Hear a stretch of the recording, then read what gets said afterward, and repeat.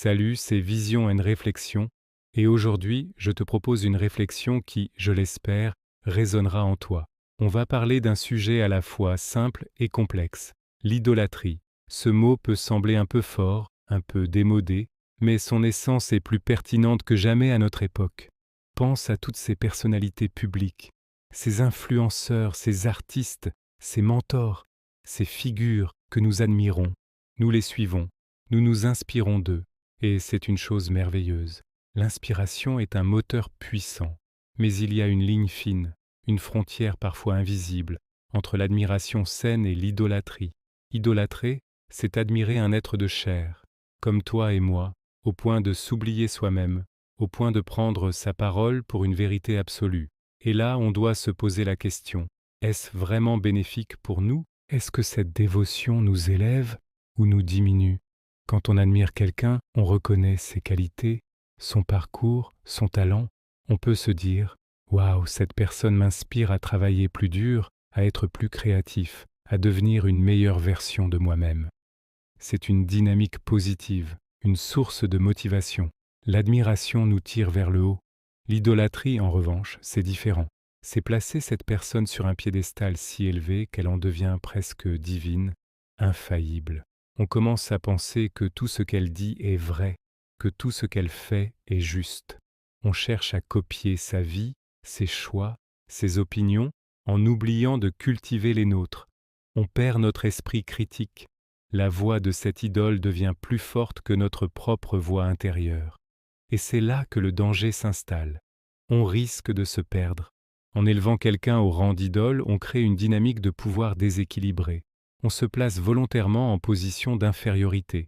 On se dit, consciemment ou non, que cette personne est meilleure, plus intelligente, plus digne que nous. On se compare constamment, et cette comparaison est toujours à notre désavantage. On voit sa réussite éclatante, et on ne voit que nos propres imperfections. On oublie une chose essentielle, cette personne que l'on idolâtre est humaine. Elle a ses propres doutes, ses peurs, ses failles, ses mauvais jours. La version que l'on voit est souvent une façade, une image soigneusement construite pour le public. En ne voyant que la lumière, on ignore les ombres qui font pourtant partie de toute existence humaine. Cette idéalisation peut mener à une grande déception. Le jour où notre idole commet une erreur, montre une facette moins glorieuse de sa personnalité, le piédestal s'effondre. Et avec lui, une partie de notre monde, de nos croyances. On peut se sentir trahi, perdu, parce qu'on avait investi tellement de nous-mêmes dans cette image parfaite. Mais la faute ne vient pas forcément de l'idole, elle vient de la place démesurée qu'on lui a accordée dans notre vie. Le véritable enjeu derrière tout ça, c'est la relation que nous entretenons avec nous-mêmes. Pourquoi ressentons-nous ce besoin de nous accrocher si fort à quelqu'un d'autre? Souvent, cela vient d'un manque de confiance en soi, d'un sentiment de vide intérieur qu'on essaie de combler avec l'éclat de quelqu'un d'autre. On cherche à l'extérieur une validation, une direction, un sens que l'on pense ne pas pouvoir trouver en nous. Alors, comment faire pour transformer cette idolâtrie potentiellement toxique en une admiration saine et constructive? La première étape, c'est la prise de conscience. Reconnaître qu'on a peut-être mis quelqu'un sur un piédestal trop haut, se poser des questions. Est-ce que je suis d'accord avec tout ce que dit cette personne? Est-ce que son mode de vie me correspond vraiment? Ou est-ce que j'essaye juste de copier un modèle qui n'est pas le mien? Ensuite, il est crucial de ramener l'attention sur soi. Rediriger cette énergie que l'on mettait à admirer l'autre vers notre propre développement. Au lieu de te demander « Qu'est-ce que mon idole ferait à ma place ?» demande-toi « Qu'est-ce que je veux vraiment, moi? Quelles sont mes valeurs? Qu'est-ce qui me rend heureux ?» C'est un cheminement qui demande du courage, celui d'écouter sa propre voix, même si elle est timide au début. Il s'agit de cultiver l'amour-propre, pas l'égoïsme ou le narcissisme, mais un respect profond et une bienveillance envers soi-même. Apprendre à s'apprécier avec ses qualités et ses défauts. Reconnaître sa propre valeur, unique et irremplaçable.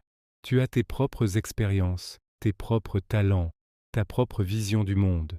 Personne d'autre ne peut les avoir à ta place.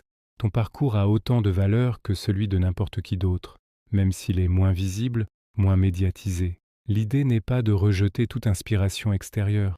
Au contraire, continuons à nous inspirer des autres, mais en faisant de nous-mêmes le personnage principal de notre propre histoire. Prends ce qui te parle chez les autres, ce qui résonne avec tes aspirations profondes, et intègre-le à ta manière. Ne copie pas la recette, mais inspire-t'en pour créer la tienne. Si un artiste t'inspire par sa créativité, ne cherche pas à faire la même œuvre que lui, mais demande-toi comment tu peux libérer ta propre créativité.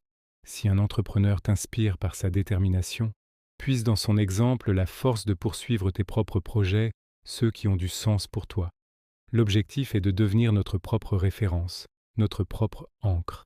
Quand on est bien ancré en soi-même, on peut admirer les autres sans se perdre. On les voit pour ce qu'ils sont, des êtres humains inspirants, mais pas des dieux. On peut apprécier leur lumière sans être aveuglé par elle. On peut reconnaître leurs failles sans que cela ne nous ébranle. Notre estime de nous-mêmes ne dépend plus de leur perfection supposée. Alors, aujourd'hui, je t'invite à faire une pause. Pense à ces personnes que tu admires. Sont-elles des sources d'inspiration ou des idoles intouchables? L'énergie que tu leur donnes te revient-elle de manière positive ou te laisse-t-elle avec un sentiment d'infériorité? Et la question la plus importante, celle que Vision et Réflexion aiment te poser, qui es-tu vraiment derrière ces filtres, derrière ces influences? Quelles sont tes passions uniques, tes rêves secrets, tes opinions profondes? Qu'est-ce qui fait que tu es toi? Prends le temps de te reconnecter à cette personne. Écoute ce qu'elle a à te dire. Elle est la seule qui connaisse la vérité sur ce qui est bon pour toi.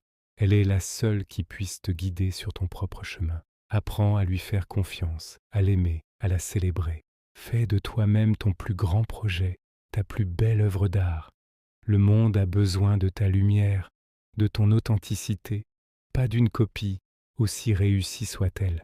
En te choisissant, en devenant ton propre héros, non seulement tu te libères, mais tu deviens à ton tour une source d'inspiration authentique pour les autres. Merci d'avoir pris ce temps de réflexion avec moi. Merci d'être là. N'hésite pas à partager tes pensées dans les commentaires, c'est toujours un plaisir de vous lire. Prends bien soin de toi. À bientôt pour une nouvelle vision et réflexion.